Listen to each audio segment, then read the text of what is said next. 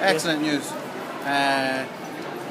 Obnoxious, rude, and overpaid, and I'm glad to hear that he, some fresh blood into RTE now. I think he will save the taxpayers some money not having to pay his very large salary. I'm sure he could find someone else within RTE who will do the same job for substantially less. Although at the same time, I'm not sure if there's anyone who can necessarily fill into his shoes. He was a very prominent figure in RTE for a large time. Well, I never really liked him on the Late Late Toy Show, so I'm okay with it, I suppose. Not that I dislike Pat Kenny as a person, just he wasn't the best toy show host, and that's all I watch on RTE. Paid way too much, and probably didn't work hard enough either. He's overpaid and he's not that interesting.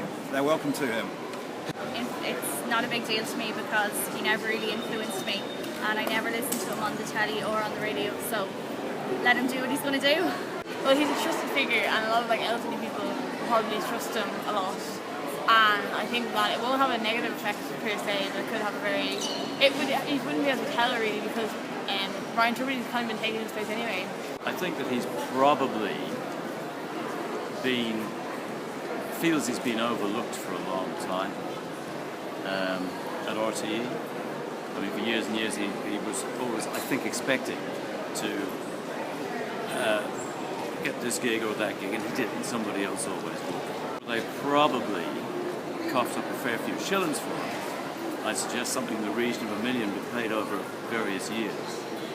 Apart from that, I wish him all the best. From Pat Courtney, who does the breakfast show on Radio Nova.